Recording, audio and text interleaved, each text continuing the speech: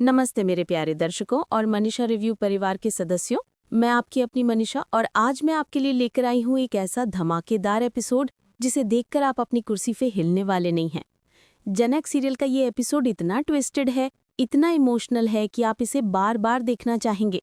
तो अपनी seat belt बांध लीजिए क्योंकि हम एक ऐसी रोलर कोस्टर राइड पर निकलने वाले हैं जहाँ हर मोड़ पर एक नया सरप्राइज आपका इंतजार कर रहा है। आज के एपिसोड की शुरुआत होती है एक दिल दहला देने वाले सीन से।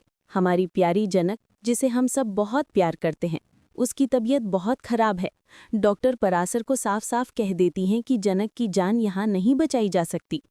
सोचिए दोस्तों, एक माँ के लिए इससे बड़ा दर्द क्या हो सकता है जब उसे पता चले कि उसकी बेटी की जान खतरे में है और वो कुछ कर नहीं पा रही है। डॉक्टर ने अपनी पूरी कोशिश कर ली है, सारी दवाइयाँ दे दी हैं, लेकिन अब जनक को तुरंत किसी बड़े शहर के अस्पताल में ले जाना होगा।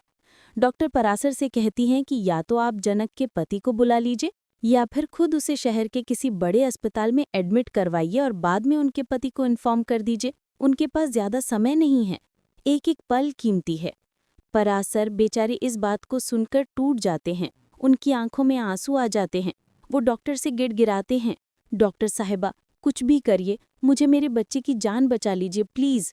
उनकी आवाज़ में इतनी बेबसी है कि सुनकर मेरा भी दिल बैठ गया। डॉक्टर उन्हें समझाती हैं कि जितनी जल्दी वो कार्रवाई करेंगे उतनी जल्दी जनक की जान बच सकती है और जितनी देर करेंगे उतना ही खतरा बढ़ेगा। उन्हें जो भी करना है जल्दी करना होगा। समय की एक एक बूंद सोना है दोस्तों, और इस पल तो वो बूंदें जिंदगी की कीमत रखती हैं। पराशर पूरी तरह से घबरा गए हैं। वो कहते हैं, मुझे कुछ भी समझ में नहीं आ रहा है, मैं क्या करूं क्या नहीं करूं, मेरे पास इतने पैसे भी नहीं हैं कि बाहर एडमिट करवा सकूं। कैसे लेकर जाऊं, क्या करूंगा मैं तो घबराया हुआ हूं। उनकी ये बातें सुनकर मेरा भी दिल रोने लगता है। एक पिता की ये लाचारी, ये बेबसी, उफ। इसी बीच सखी, जो कि जनक की प्यारी सहेली है, उसे हिम्मत देती है। वो जनक का हाथ पकड़कर कहती है, जनक तू चिंता मत कर, तू ठीक हो जाएगी। इस मुश्किल घड़ी में एक सच्चे दोस्त का साथ होना कितना मायने रखता है ना दोस्तों। डॉक्टर पराशर को बताती हैं कि वो एक इंजेक्शन दे रही हैं ताकि जनक को तब तक सांस लेने में दिक्कत ना हो जब तक वो शहर के अस्पताल न पहुंच जाएं। वो उम्मीद करती हैं कि ये दवा 1-2 घंटे तक तो असर करेगी, लेकिन उसके बाद क्या उन्हें नहीं पता। इसीलिए जनक को एडमिट करवाना ही पड़ेगा। वो एक बार फिर पराशर से कहती हैं कि प्लीज जनक के परिवार वालों को, उसके पति को। यहाँ वीरमंगल भी एकदम से घबरा जाते हैं, उन्हें भी समझ में नहीं आ रहा कि क्या होगा। पराशर उन्हें डांटते हुए कहते हैं, इसमें समझने जैसी क्या बात है, जाओ गाड़ी बुक करो, हमें अपनी बिटिया को जल्द से जल्द ले जाना पड़ेगा। वो अपने बैग से पैसे निकालते हैं और कहते हैं, ये तो शहरी बाबू ने दिए थे जनक बिटिया को, अगर ये पैसे अभी यूज होंगे तो मैं बाद में उन्हें लौटा दूंगा, ये पैसे बहुत ज़रूरी हैं। वीरमंगल, ये पैसे लेकर जाओ, जल्द से जल्द गाड़ी बुक करो, हमें अपनी बिटिया को यहाँ से लेकर जाना है। एक पिता का अपनी बेटी के लिए ये त्याग, ये संघर्ष सच में दिल को छू जाता है। लेकिन फिर एक और समस्या सामने आ जाती है। वीरमंगल बताते हैं कि गाड़ी तो दूसरे गांव में है। अब बताइए, एक मुसीबत खत्म नहीं होती कि दूसरी आ जाती है। पराशर एकदम से निराश हो जाते हैं। वो कहते हैं, मुझे कुछ भी नहीं पता, मुझे बस मेरी बेटी की जान बचानी है। इसके लिए वीरमंगल, दामू, तुम लोगों को जो भी कुछ करना पड़े करो, मुझे बस मेरी बिटिया की जान बचानी है। उनकी आवाज़ में एक अजीब सी दृढ़ता थी, एक पिता की दृढ़ता जो अपनी बेटी के लिए कुछ भी कर सकता है। डॉक्टर भी उन्हें फिर से याद दिलाती हैं, देखिए आपको जो भी करना है बहुत जल्दी कीजिए, आपके पास ज़्यादा समय नहीं है, मैंने आपको पहले भी बताया है। पराशर फिर से अपने दुख में डूब जाते हैं। वो कहते हैं, पता नहीं मैं किस मुंह से बताऊंगी, जब भी बिटिया यहाँ आती है उसकी हालत खराब हो जाती है। डॉक्टर को वो बाहर छोड़ने जाते हैं और डॉक्टर, जो एक बहुत ही नेक दिल इंसान है, बिना पैसे लिए ही चली जाती हैं। वो कहती हैं, पहले आप जनक की जान बचाइए। दोस्तों, ऐसे लोग आज भी दुनिया में मौजूद हैं जो इंसानियत को पैसों से ऊपर रखते हैं। दूसरी तरफ सखी, जो जनक की सबसे अच्छी सहेली है, वो कहती है, बहुत हो गया जनक, अभी हमें बता देना चाहिए, शहरी बाबू को इन्फॉर्म कर देना चाहिए। लेकिन जनक मना कर देती है। उसकी आवाज़ में दर्द है, लेकिन फिर भी वो कहती है, नहीं सखी काकी, आज उनका बहुत बड़ा दिन है और आज हम ऐसे खराब नहीं कर सकते। सोचिए दोस्तों, अपनी जान पर खेलकर भी जनक किसी और की खुशी के बारे में सोच रही है। ये है सच्चा प्यार, सच्चा बलिदान। पराशर इस बात को सुनकर भड़क जाते हैं। वो कहते हैं, क्या बड़ा दिन, क्या बड़ा दिन, तुम लोग क्या लगा के रखे हो, मुझे कुछ भी समझ में नहीं आ रहा है। बिटिया, ये कोई बात है क्या ऐसे जो तुम छुपा रही हो, हमको बता दो। और सखी तुम कोई बात है जो बिटिया कही हो तुम छुपा रही हो?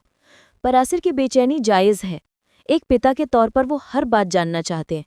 सखी उसे समझाने की कोशिश करती है। वो कहती है, बस करो परासर, वक्त आने पर तुमको सब सच पता चल जाएगा। अभी तुम ये सब छोड़ो और हॉस्पिटल में ले चलो।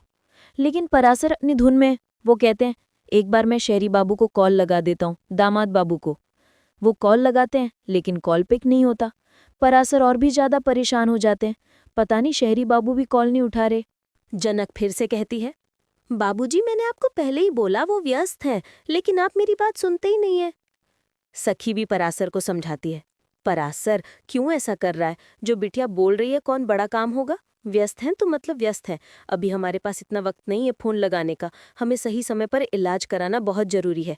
हम अस्पताल में लेकर चलते हैं और फिर वहां से हम बता देंगे जो होगा।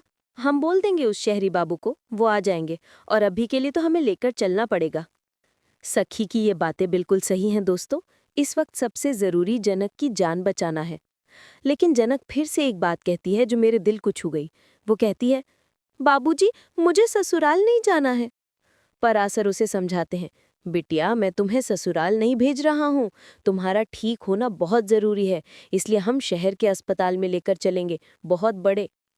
एक बेटी का अपने मायके से ये लगाव, ये बचपन की यादें, ये सब उसे ससुराल जाने से रोक रही हैं, भले ही वो अस्पताल ही क्यों न हो। सखी को फिर से डर सताता है।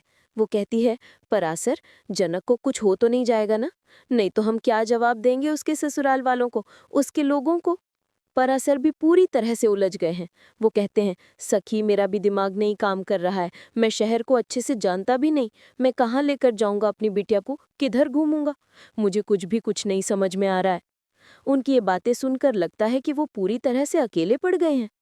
जनक अपनी सारी पीड़ा भूलकर सोच रही होती है कि आज शहरी बाबू की शादी है, और अगर आज के दिन उनकी शादी नहीं हो पाई तो वो जिंदगी में खुद को भी माफ नहीं कर पाएगी। इसीलिए वो सखी काकी से बोलती है, सखी काकी प्लीज अभी किसी को कुछ मत बताइए, वक्त आने पर सबको पता चल जाएगा। ये है सच्चा प्यार दोस्तों। अपनी जान पर खेलकर भी वो अपने प्यार की खुशी को पहले रखती है। परासर फिर से वही सवाल करते हैं, मुझे कुछ भी नहीं समझ में आ रहा है तुम लोगों का क्या है क्या नहीं है। बस एक बार वो आ जाएं क्यों चल देते हैं। सखी उसे समझाती है, तुम शहरी बाबू के घर में जाओ। उसके घर पर बड़े बड़े लोग हैं। मुखिया जी उनकी तबीयत खराब हो गई क्योंकि वो ब्लड प्रेशर के मरीज हैं। हार्ट अटैक भी आ गया था उनको। उनके सामने ये सब बातें अच्छी नहीं लगेंगे। हम शहरी बाबू को इत्तला कर देंगे, वो आ जाएंगे। सखी की ये बात भी सही है।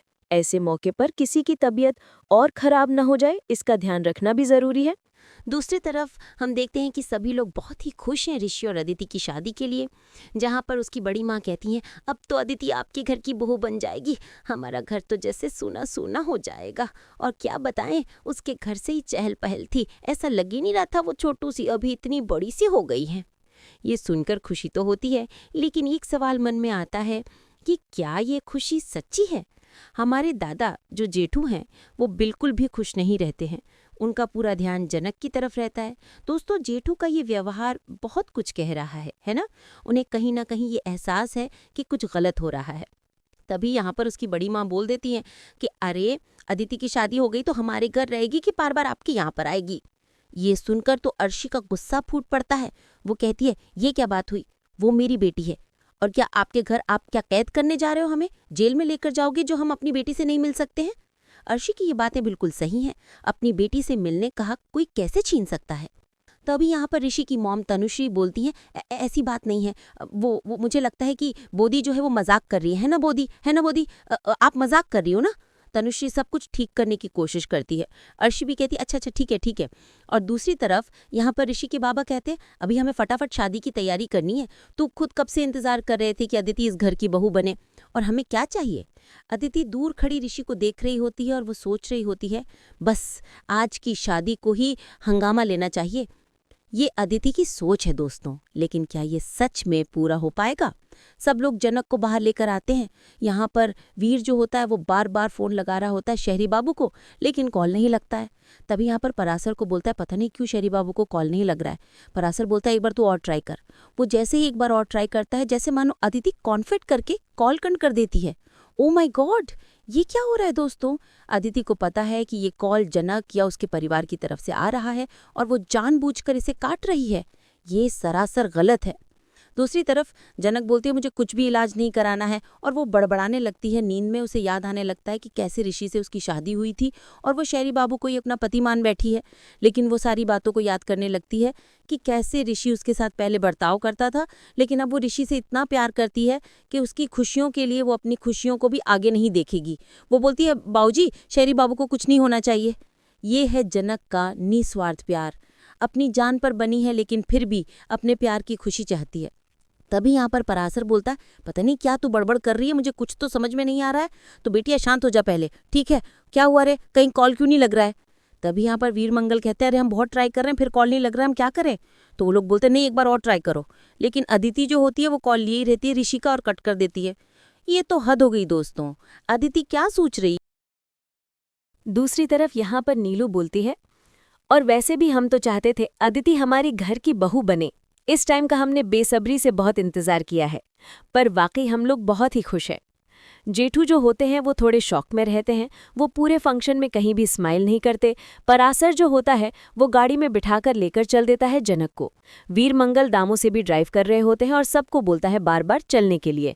जहां पर हम देखते हैं कि दामू जो होता है वो कॉल लगा रहा होता है। अदिति जो होती है एक बार तो कॉल वो डिस्कनेक्ट करती है, लेकिन दूसरी बार वो देखती है तो कॉल उठा लेती है। वो सोचती है आखिर कौन है। जैसे ही वो कॉल को लगाती है और शहरी बाबू बोलते हैं, अदिति को गुस्सा आ जाता है। वो कॉल तुरंत कट कर देती है। कट करके फोन को स्विच ऑफ कर देती है। अदिति बोलती है कि उस दिन तो ये हंगामा कर दिया था, पर आज के दिन कोई हंगामा नहीं चाहिए, इसीलिए बढ़िया होगा कि मैं फोन ही स्विच ऑफ कर दूं। तो अच्छा हुआ ऋषि का फोन मेरे हाथ लग गया। ये है अदिति की चाल दोस्तों। वो जानती है कि जनक या उसके लोग कॉल कर रहे हैं और वो नहीं चाहती कि शादी में कोई रुकावट आए। उसके बाद यहाँ पर जनक जो होती है वो बहुत ही रो रही होती है, उसको सांस नहीं आ रहा है। परासर बोलता है बेटा ठीक हो जाओगी। क्या हो रहा है वीरमंगल दामू, क्यों कॉल नहीं लग रहा है? वो लोग बताते हैं कॉल पता नहीं क्यों डिस्कनेक्ट हो जा रहा है। दूसरी तरफ हम देखते हैं यहाँ पर कोर्ट मैरिज पहले ही शुरू किया जाता है, जहाँ पर ऋषि अदिति जो थी पहले ही साइन करके स्टैम्प कर देती है और उसके बाद वो ऋषि को देती है करने के लिए। ऋषि की माँ बहुत ही खुश होती है, तनुश्री, क्योंकि मानो बहुत मेहनत के बाद आज अदिति उनके घर की बहू बन रही है। ऋषि कहीं ना कहीं खुश ना दिख रहा होता है, लेकिन वो शादी कर रहा होता है क्योंकि उसने वादा किया है, सिर्फ इस बेसिस पर। तो उसके बाद वो भी साइन करता है, स्टैम्प करता है। सभी लोग एकदम खुशी से मानो क्लैपिंग करने लगते हैं। बड़ों माँ सभी लोग बहुत ही खुश होते हैं। पर यहाँ पर पुतुल भी कुछ ज़्यादा खुश नहीं दिखाई देती है, क्योंकि पुतुल को भी जनक की फिक्र होती है। उसे लगता है कहीं जनक के साथ नाइंसाफ़ी तो नहीं हो रही है। दोस्तों ये पुतुल का ये एहसास सही है ना? दूसरी तरफ हम देखते हैं कि नीलू जो होती है वहाँ पे सब लोग जो कि पार्शियल विटनेस है साइन कर दीजिए, लड़की वाले की तरफ भी लड़के वाले की तरफ भी। जैसे ही लड़के वाले की तरफ जाता है जेठू को, जेठू साइन नहीं करते हैं। उसके बाद यहाँ पर ऋषि के माँ बाप समझ जाते हैं कि जेठू खुश नहीं है। उसके बाद वो लोग वो फाइल ले लेते हैं और खुद ही साइन करने लगते हैं। ये बात सबको खटक जाती है। जेठू स्माइल भी नहीं कर रहे होते हैं, पर कोई क्या करता, नीलू और ऋषि के माँ बाप जो होते हैं वो साइन करते हैं। ऋषि जो होता है वो जनक के बारे में सोच रहा होता है, पता नहीं जनक, मैं चाहता था कि आज तुम यहाँ पर होती तो आती मेरी शादी में, बट स्टिल तुम्हें मैं मिस कर रहा हूँ। ऋषि का ये विचार बहुत कुछ कहता है दोस्तों। उसके मन में कहीं ना कहीं जनक बसी हुई है। दूसरी तरफ यहाँ पर अदिति बोलती है क्या हुआ ऋषि, अभी हम फाइनली वी आर मैरिड। उसके बाद यहाँ पर अर्शी और अनुज सभी लोग बहुत ही खुश होते हैं और जेठू जो होते हैं वो फिर से एकदम से जैसे स्ट्रेस्ड रहते हैं। उनको ऐसा लगता है जैसे जनक के साथ कुछ गलत हो रहा है। जेठू की अंतरात्मा उन्हें बार बार संकेत दे रही है ना? उसके बाद यहाँ पर अदिति के फ्रेंड्स आते हैं, बोलते हैं पिछली बार तो आप लोग बच गए थे, लेकिन इस बार आपको बचने की कोई गुंजाइश नहीं। आप लोग गाना गाओगे और साथ में गाओगे, और ऋषि जी जो आपको भी गाना पड़ेगा। अदिति जो होती है वो माइक पकड़ाती है, पर ऋषि से गाना ही नहीं गाया जाता है। ऋषि अपने आप से सवाल कर रहा होता है कि आखिर मैं खुश क्यों नहीं हूँ, मुझे खुद को नहीं समझ में आया। ये है ऋषि का अंदरूनी संघर्ष दोस्तों। उसके बाद अदिति जो होती है वो साथ देने के लिए वो गाना गाती है, एक प्यार का नगमा है करके, और जैसे वो सॉन्ग गाती है वो बहुत ही अच्छा होता है, सब लोग बहुत ही खुश होते हैं। यहाँ पर बड़ों माँ जो होती है वो ऋषि को बोलती है बेटा तू गाना, कितना शर्माएगा, अपनी शादी में तू गा ही सकता है। लेकिन यहाँ पर ऋषि जो होता है वो नहीं गा रहा होता है। अदिति जो होती है वो सॉन्ग गाती है, फिर अचानक से ऋषि भी उस सॉन्ग को कंप्लीट करता है और मानो दोनों लोग बहुत ही खुश हो जाते हैं। और यहाँ पर अदिति भी बहुत ही खुश रहती है दोनों का एक साथ गाना देखकर, और जेठू दुखी रहते हैं, लेकिन वो एक तरफ से खुश होते चलो ऋषि की शादी हो गई। तभी हम देखते हैं परासर जो होते हैं वो शहरी बाबू के घर पहुंचते हैं मंगलवीर दामू के साथ। तभी वहां का नौकर जो होता है वो दरवाज़ा खोलता है। उसके बाद ये लोग पूछते हैं बाकी घर वाले कहाँ गए। तभी बताता अरे बाकी घर वाले फंक्शन वहां पर गए, शादी का फंक्शन। तभी परासर बोलता है अरे कौन सी शादी का फंक्शन। तभी वो बताता है कि अरे शादी का फंक्शन मतलब घर के बेटे की शादी है ना, वहीं पर गए हैं, आपको आमंत्रण नहीं मिला। 1 मिनट, ये लीजिए पता दे देता हूँ। आपको लगता है गलती से पता चल गया घर में शादी, घर में नहीं दूसरे पते पर शादी है, और वो एड्रेस दे देता है। तभी यहाँ पर परासर बोलता है अच्छा मतलब मैं यहाँ पर जाऊँगा तो ये लोग मुझे मिलेंगे। तभी उनका नौकर बोलता है अरे जरूर मिलेंगे, आप जाइए तो सही यहाँ पर।